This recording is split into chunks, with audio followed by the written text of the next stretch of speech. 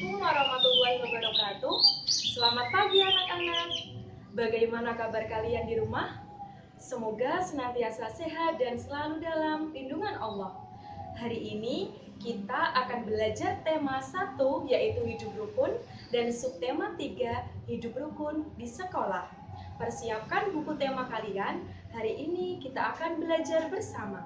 Nah, sebelum kita belajar, jangan lupa anak-anak harus awali pembelajaran dengan berdoa. Berikut Bu Fatma berikan video penjelasan subtema. Anak-anak, sebelum kita belajar tema, silakan anak-anak siapkan buku paket Bu Pena kalian jilid 2A. Kemudian, anak-anak juga siapkan buku tulis tema kalian bersampul merah. Hari ini kita akan belajar tema 1 hidup rukun, subtema 3 hidup rukun di sekolah. Awali hari dengan semangat, kita akan belajar bersama. Pada suatu pagi, Udin ingin berangkat ke sekolah. Ibu meminta Udin untuk membagi bekalnya kepada teman-temannya. Nah, anak-anak, perhatikan percakapan antara ibu dan Udin berikut ini. Ibu berkata, "Bagilah bekalmu dengan teman-temanmu ya, Din." "Baik, Bu. Mengapa kita sebaiknya berbagi dengan teman, Bu?" "Berbagi menunjukkan sikap rukun, bawalah tempat bekalmu kembali ya." Nah, coba perhatikan anak-anak. Di sini, ibu meminta Udin untuk membagi bekalnya ke teman-temannya. Nah, kita perhatikan, ibu meminta Udin membagi bekalnya kepada teman-teman. Ini termasuk kalimat perintah. Nah, kalimat perintah itu apa ya? Setelah kita mendengarkan percakapan antara ibu dan Udin, anak-anak tentu penasaran ya, apa itu kalimat perintah? Nah, kalimat perintah memiliki beberapa ciri-ciri. Kalimat perintah merupakan suatu kalimat yang meminta seseorang untuk melakukan sesuatu. Kalimat perintah memiliki ciri-ciri. Yang pertama, kalimat perintah diakhiri dengan tanda seru. Yang kedua, kalimat perintah biasanya menggunakan akhiran lah atau kan. Nah, kalimat perintah juga diucapkan dengan kata yang sopan dan santun. Anak-anak, setelah kita mengetahui ciri-ciri kalimat perintah, berikut penjelasan tentang kalimat perintah. Kalimat perintah merupakan kalimat yang digunakan untuk meminta seseorang melakukan sesuatu. Nah, anak-anak, setelah anak-anak mendengarkan penjelasan dari Bu Guru tentang kalimat perintah, Bu Guru mempunyai percakapan antara Udin dan teman-temannya. Kita perhatikan baik-baik ya. Udin menjadi ketua kelas. Ia bertanggung jawab mengatur dan mengawasi kegiatan piket kelas. Anak-anak, bacalah percakapan di bawah ini dengan nyaring. Di sini Bu Guru akan membacakan, anak-anak perhatikan ya. Udin, "Teman-teman, bersihkanlah kelas sesuai pembagian tugas." Siti, "Siap, Din, aku akan menyapu." Edu, "Aku akan menghapus papan tulis sampai bersih." Beni, "Aku akan membereskan lemari buku." Udin, "Terima kasih teman-teman. Ayo kita bersihkan kelas sebaik-baiknya." Nah, setelah anak-anak mendengarkan percakapan antara Udin dan teman-temannya, ayo coba kita cari mana yang termasuk kalimat perintah. Coba kita ingat-ingat kembali ciri-ciri kalimat perintah, yaitu diakhiri dengan kata seru, diakhiri dengan tanda seru. Nah, kita menemukan 2 kalimat perintah dalam percakapan berikut.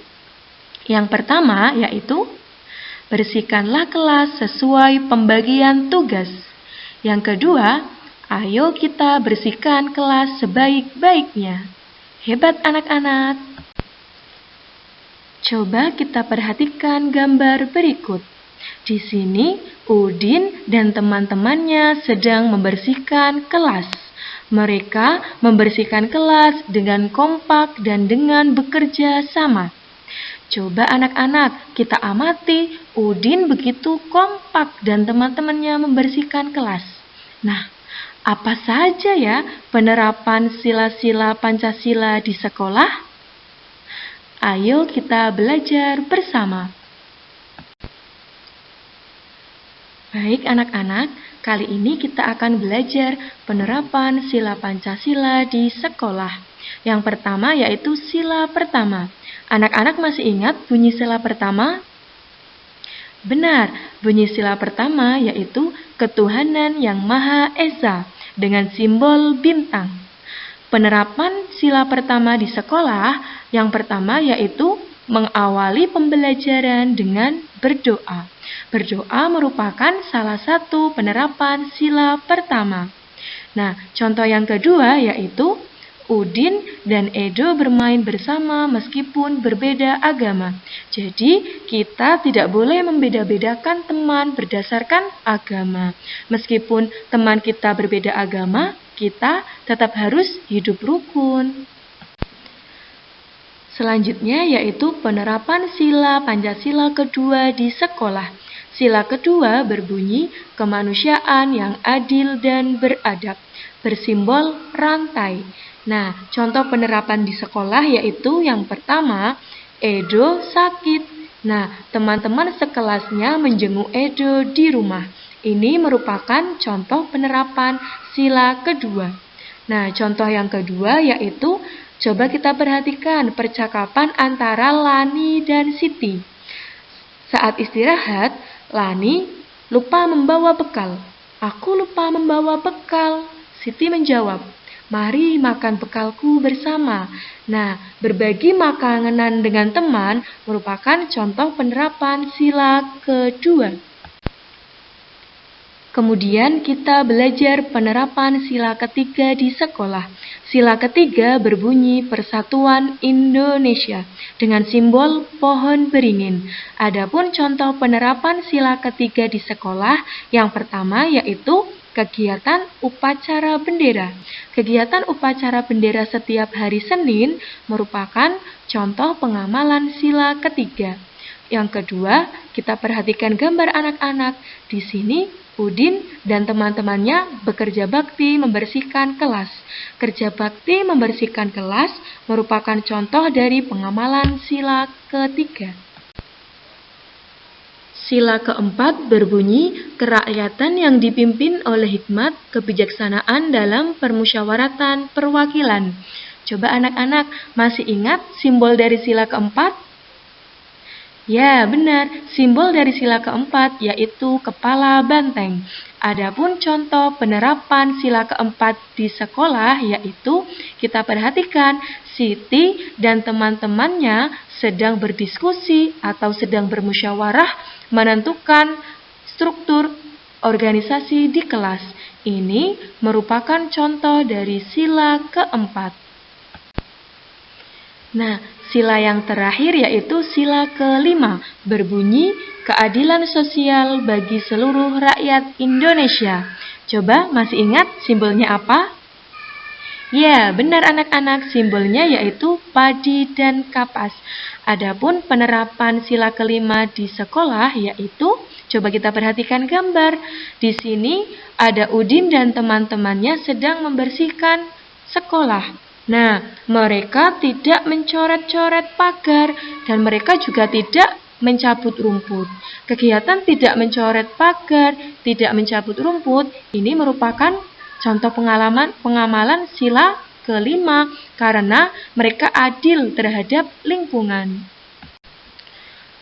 Pada suatu hari, Bu Guru meminta anak-anak kelas 2 untuk menggambar imajinatif. Nah, anak-anak kelas 2 bingung, gambar imajinatif itu apa ya Bu Guru? Ya, gambar imajinatif merupakan gambar yang dibuat berdasarkan hayalan atau bayangan pelukis.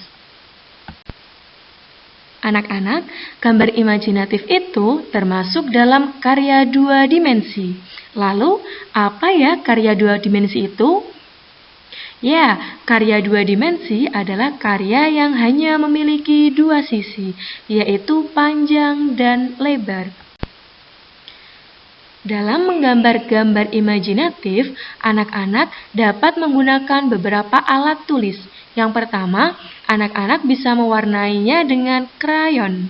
Yang kedua, anak-anak juga bisa menggunakan pensil warna. Dan yang ketiga, anak-anak juga bisa menggunakan spidol. Nah, pilih salah satu di antara ketiga alat tulis ini untuk menggambar imajinatif.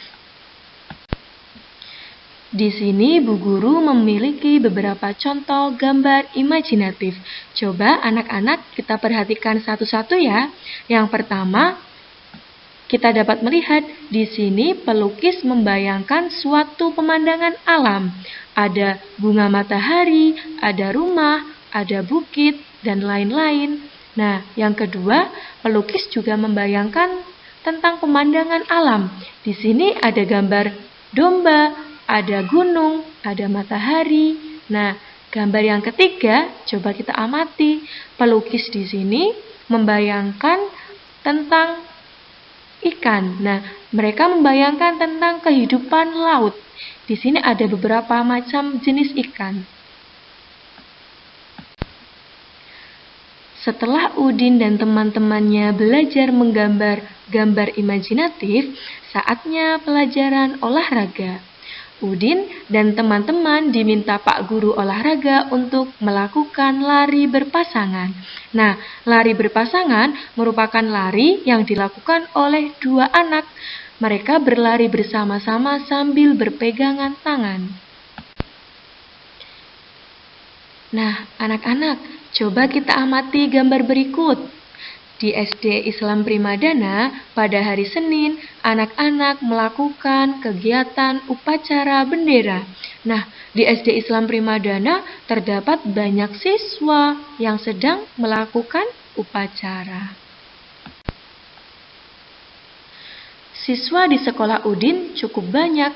Ada 125 siswa laki-laki dan ada 117 siswa perempuan. Anak-anak, coba kita gambarkan angka 125 dan 117 ke dalam bentuk kotak. Nah, kita coba anak laki-laki dulu. 125 kita gambarkan dengan 1 kotak ratusan, 2 kotak puluhan, dan 5 kotak satuan menjadi 125. Sedangkan siswa perempuan 117 kita gambarkan dalam kotak, yaitu 1 kotak ratusan, 1 kotak puluhan, dan 7 buah kotak satuan. Nah, jumlah siswa di sekolah Udin seluruhnya ada berapa ya? Untuk mencari jumlah siswa di sekolah Udin, kita dapat menggunakan dengan cara penjumlahan. Penjumlahan terdiri dari 2 cara. Cara yang pertama yaitu cara panjang dan cara pendek. Kita akan belajar terlebih dahulu cara panjang. Nah, tadi ada 125 siswa laki-laki, sedangkan 117 siswa perempuan di sekolah Udin. Untuk mengetahui jumlah siswa laki-laki dan perempuan, kita jumlahkan. Nah, kita jabarkan terlebih dahulu berdasarkan nilai tempatnya. 125 kita jabarkan berdasarkan nilai tempat, yaitu 100 ditambah 20 ditambah 5 satuan. Sedangkan 117 kita jabarkan menjadi 100 ditambah 10 ditambah 7. Kemudian kita jumlahkan dengan cara bersusun. Kita jumlahkan berdasarkan nilai tempatnya ya. 5 ditambah 7, 12. 20 ditambah 10, 30. 100 ditambah 100, 200. Kemudian kita jabarkan lagi berdasarkan nilai tempatnya. 12 berarti terdiri dari 10 dan 2 satuan. Kemudian kita jumlahkan lagi menjadi 200 ditambah 30 ditambah 10 yaitu 40 ditambah 2 menjadi 242. Kemudian kita belajar penjumlahan dengan cara pendek. Tadi ada 125 siswa laki-laki dan ada 117 siswa perempuan. kita jumlahkan dengan cara pendek bersusun ke bawah. Nah, anak-anak, kita jumlahkan berdasarkan nilai tempatnya dari satuan ya, atau dari belakang. Coba perhatikan baik-baik ya. 5 ditambah 7, 12. Maka kita tulis 2 satuan. Nah, kita simpan 1 puluhan di atas. Bu Guru beri warna orange ya. Kemudian kita jumlahkan nilai tempat puluhan. Coba, 1 ditambah 2, 3. 3 ditambah 1, 4. Kemudian kita jumlahkan dalam nilai ratusan. 1 ditambah 1, 2. Nah, kita temukan jumlah siswa di sekolah Udin yaitu 242. Nah, anak-anak, saat kegiatan kerja bakti membersihkan kelas, Beni bertugas membersihkan lemari kelas. Di lemari kelas terdapat kotak kapur tulis. Mula-mula ada 242 kapur tulis. Kita bisa lihat dalam gambar. Ada 240 dan 2 satuan. Kemudian kapur tersebut digunakan 38. Nah, sisa kapur dihitung dengan cara pengurangan. Jadi, sisa kapur di kelas Beni ada berapa ya? Untuk mengetahui sisa kapur tulis di kelas Beni, kita dapat menggunakan pengurangan. Pengurangan terdiri dari 2 cara. Cara yang pertama yaitu cara panjang dan yang kedua yaitu cara pendek. Nah, kita belajar cara panjang terlebih dahulu ya. Tadi ada 242. Kita jabarkan berdasarkan nilai tempatnya anak-anak. Kita tulis 200 ditambah 40 ditambah 2. Kemudian kita jabarkan lagi angka 40-nya, yaitu menjadi 200 ditambah 30 ditambah 10 ditambah 2. Nah, kemudian kita susun operasi susun 242 dikurangi 38. Ayo anak-anak, kita hitung bersama. 242 kita jabarkan menjadi 200 ditambah 30 ditambah 12. Kemudian 38 kita jabarkan menjadi 30 ditambah 8. 12 dikurangi 8 berapa anak-anak? 4. 30 dikurangi 30, 0. Kemudian 200 kita turunkan menjadi 200. Nah, hasilnya menjadi 204. Sedangkan cara pendek yaitu 242 kita kurangkan 38. Nah, kita kurangkan dari satuannya terlebih dahulu ya. 2 dikurangi 8 berapa anak-anak? Ternyata tidak bisa. Maka kita pinjam satu puluhan dari 4 menjadi 12. 12 dikurangi 8, 4. Nah, tadi 4 dikurangi 1 puluhan menjadi 3. 3 dikurangi 3, 0. Sedangkan 2-nya kita turunkan, hasilnya 204. Nah, anak-anak, hari ini kita sudah belajar banyak hal. Yang pertama, tadi kita sudah belajar kalimat perintah. Kita juga sudah belajar penerapan sila Pancasila di sekolah. Kita sudah belajar gambar imajinatif, lari, penjumlahan dan pengurangan. Nah, anak-anak, cukup sekian video penjelasan dari Bu Guru. Anak-anak harus tetap semangat walau belajar di rumah saja. Cukup sekian dari Bu Guru. Terima kasih. Wassalamualaikum warahmatullahi wabarakatuh.